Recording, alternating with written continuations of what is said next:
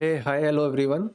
तो इस वीडियो में मैं आपको दिखाऊंगा कि कैसे हम लोग ट्रेंड जहाँ पे चेंज होता है उसको कैसे आइडेंटिफाई कर सकते हैं। तो इसको समझाने के लिए मैंने ग्लैंड फार्मा कंपनी का एग्जांपल लिया है और इसमें देख सकते हैं कि कोई अपॉर्चुनिटी तो नहीं बन रही और completely based on technical chart pattern. Okay, so आप अगर देखेंगे इस कंपनी का मैंने पूरा चार्ट लिया है, इसकी पूरी हिस्ट्री ली है। तो ये 25 नवंबर 2020 को कंपनी लिस्ट हुई थी और यहाँ पे इसने 12 अगस्त 2021 के आसपास अपना हाई बनाया। तो मैं इसका ये हाई मार्क कर लेता हूँ। हम ये देखते हैं कि कहाँ पे इसने प्रीवियस जो रेजिस्टेंस बनता है उसको ब्रेक किया है। इसने हाई बनाया, उसके बाद इसने ये लो बनाया। तो यहाँ पर अगर आप देखेंगे तो ये इस हाई को ब्रेक नहीं कर पाया, इसके बाद यहाँ तक आया और इस लो को ब्रेक कर दिया इसने।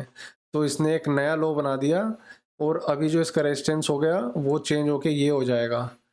उसके बाद फिर ये इस आप देखेंगे तो उसके बाद ये ऊपर गया लेकिन इस रेजिस्टेंस के पास नहीं आ पाया, इसको क्रॉस नहीं कर पाया और जो लो था वो इसने बल्कि ब्रेक कर दिया। तो फिर से ये एक नया लो बनाया इसने और इसके लो बनाने के बाद ये जो इसने हाई बनाया था ये रेजिस्टेंस बन जाएगा। उसके बाद देखेंगे तो फिर इसने नया लो बनाया, उसके बाद रेजिस्टेंस बन जाएगा, ये बन जाएगा जो इसने प्रीवियस हाई बनाया था। उसके बाद फिर इसने ये ब्रेक नहीं किया रेजिस्टेंस और नया लो बना दिया। तो ये अभी नया लो बना के और फिर उसने ये रेजिस्टेंस ब्रेक नहीं कर पाया तो और बल्कि लो ब्रेक कर दिया, तो फिर नया लो बना दिया बट ये ब्रेक नहीं कर पाया तो अब रेजिस्टेंस ये हो गया। उसके बाद देखेंगे तो ये नया सपोर्ट हो गया और ये रेजिस्टेंस हो गया। तो आप देखेंगे कि कंटिन्यूसली ये लो ब्रेक करते जा रहा है, बस प्रीवियस हाई ब्रेक नहीं कर पा रहा है। इसके बाद इसने एक नया लो बनाया और ये रेजिस्टेंस ब्रेक नहीं कर पाया तो यहाँ पे ये रेजिस्टेंस हो गया उस बारी।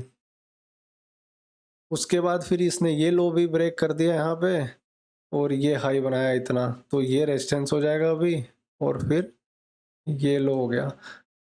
इसके बाद अगर आप देखेंगे तो इसने नया लो नहीं बनाया और इसने यहाँ के बाद से यहाँ पे आप देखेंगे तो पहली बार यहाँ पे इसने प्रीवियस जो हाई था यानी कि ये इसने ब्रेक किया। और साथ ही में अगर आपको मैं एक और चीज़ दिखाऊं, अगर इसकी मैं वॉल्यूम दिखाऊं, वॉल्यूम यहाँ पे मैंने इनेबल कर दी। तो जब से इसने लो बनाना चालू किया उसके बाद फर्स्ट एवर इतनी हाईएस्ट वॉल्यूम आई, मींस इसने ये प्रीवियस हाई ब्रेक तो किया ही किया, साथ में एकदम हाईएस्ट वॉल्यूम के साथ ब्रेकआउट किया, मींस ये कोई फ्रेक ब्रेकआउट नहीं था। अगर आप इसकी स्टार्टिंग से जब से लिस्ट हुआ था उसके बाद हिस्ट्री देखें तो इतनी हाईएस्ट वॉल्यूम कभी नहीं आई, ये सबसे हाईएस्ट वॉल्यूम है। तो बेस यहाँ पे हम ऐसे टेक्निकल ये चार्ट के बेसिस पे आइडेंटिफाई कर सकते हैं कि ट्रेंड कहाँ पे चेंज हो रहा है। उसके बाद अगर आप देखेंगे तो इसने इसको ब्रेक किया और ये लो बनाया उसके बाद आके। तो जब उसने ये लो बनाया तो नेक्स्ट टाइम इसने फिर से ये हाई को भी चेंज कर, यहाँ पे ये जो हाई बना था इसको भी इसने ब्रेक कर दिया और एक नया हाई बनाया। उस हाई के बाद आप देखेंगे तो फिर इसने एक नया लो बनाया और ये प्रीवियस हाई जो था ये भी हल्का सा ब्रेक किया। तो मीन्स ये अब कंटिन्यूसली पहले डाउन ट्रेंड में था यहाँ से यहाँ तक और अब ये कंटिन्यूसली अप ट्रेंड में रहेगा। तो इसके बेसिस पे हम इसमें एंट्री ले सकते हैं। अभी अगर आप इसमें एंट्री लेना चाहें तो ये जो प्रीवियस लो का इस लो स्विंग था, स्विंग का लो ये, इसको हम लोग एज अ स्टॉप लॉस ले सकते हैं और इसका जो जो कि है 10% का हम लोग मीन्स स्टॉप लॉस लगा सकते हैं और इसका टारगेट रहेगा इसमें रखते हैं। पहला टारगेट तो आप देखेंगे तो ये कप विद हैंडल पैटर्न बन रहा है, ये कप हुआ, ये इसका हैंडल और यहाँ से एक दूसरा सेकंड हैंडल बनने की तैयारी है। तो इस टेक्निकल कप के पैटर्न पर हम अगर इसका टारगेट निकालें तो मैं अगर वॉल्यूम डिसेबल कर देता हूँ तो जितना इस कप की डेप्थ है उतना ही इसकी अपवर्ड टारगेट रहेगा। तो इसका शॉर्ट टर्म टारगेट निकलेगा यहाँ से ये अराउंड 84% और इसका जो स्टॉप लॉस रहेगा वो रहेगा अराउंड 12%। तो 1:7 का ये रिस्क टू रिवॉर्ड है और ये इसका शॉर्ट टर्म टारगेट है। अगर लॉन्ग टर्म अगर हम इसका टारगेट देखें तो वो इसका होगा ऑल टाइम हाई जो कि 128% रहेगा एटलीस्ट।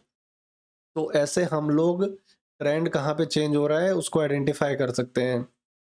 और थर्ड चीज़ अगर इसमें मैं आपको दिखाऊं तो यहाँ पे जब इसने आके ये जो रेड लाइन है ये मैंने एक बेसिकली 200 डे मूविंग एवरेज लगाया हुआ है।